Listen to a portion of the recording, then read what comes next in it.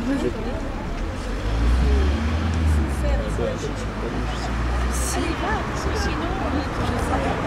votre madame?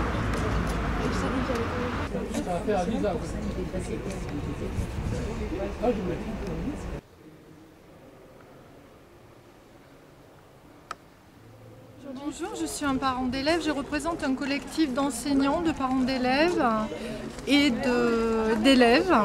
Nous sommes tous venus ici aujourd'hui à la préfecture. Nous avions été invités à midi pour un pique-nique et nous avons décidé, ne voyant rien bouger, d'investir le rectorat. On a fait ça avec des ruses de sioux. Nous sommes passés par le conseil général. Et nous sommes tous rentrés en courant par la grille de derrière et nous sommes rentrés dans le rectorat et nous avons demandé une audience. Ils nous ont proposé d'abord que le collectif soit reçu si nous sortions du rectorat sur le parvis.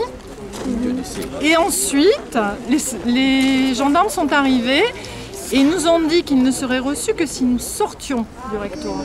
Ce que nous avons refusé. Donc il y a eu des tractations. Ils sont revenus nous voir en nous redemandant de sortir au moins 3 ou 4 fois. Nous leur avons dit que nous ne changerions pas d'avis. Nous étions pacifistes mais très déterminés. Le mouvement ne s'arrêtera pas pendant les vacances scolaires, si effectivement, puisqu'il va y avoir un stand-by d'à peu près 2 semaines ou d'une semaine et demie, on va voir. Mais en tout cas, il a été prévu de proposer un protocole pour continuer les actions après les vacances scolaires. Cécile Dupuis, enseignante en mathématiques au collège Bernard de Ventadour de Limoges. 30 élèves par classe, c'est trop, tout simplement, par exemple en langue vivante. En langue vivante, il est demandé aux enseignants de faire de plus en plus d'oral. Donc en une séance de 55 minutes, comment faire participer tous les élèves? Quand ils sont 30, c'est impossible. Le problème se pose aussi en sciences expérimentales. Comment faire un TP de sciences physiques ou de sciences de la vie et de la terre à 30 en toute sécurité, sachant que les salles de sciences sont prévues pour un maximum de 25 élèves. Là, au collège, on a 6 microscopes. 6 microscopes pour une classe. 6 microscopes à 30, vous faites le compte.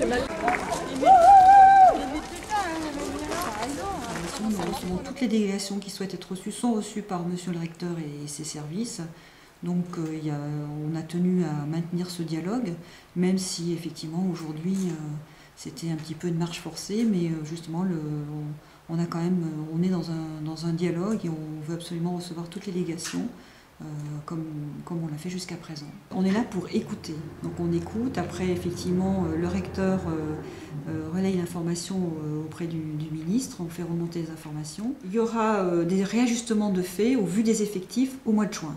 Mais tant que les élèves ne sont pas inscrits définitivement, qu'on n'a pas les résultats des mouvements au niveau de l'orientation, on ne peut pas s'inscrire dans quelque chose de définitif. Donc là, les établissements, toutes les délégations ont eu le même discours, bien sûr, en disant qu'au vu des effectifs au mois de juin, les moyens seront réajustés au vu des effectifs.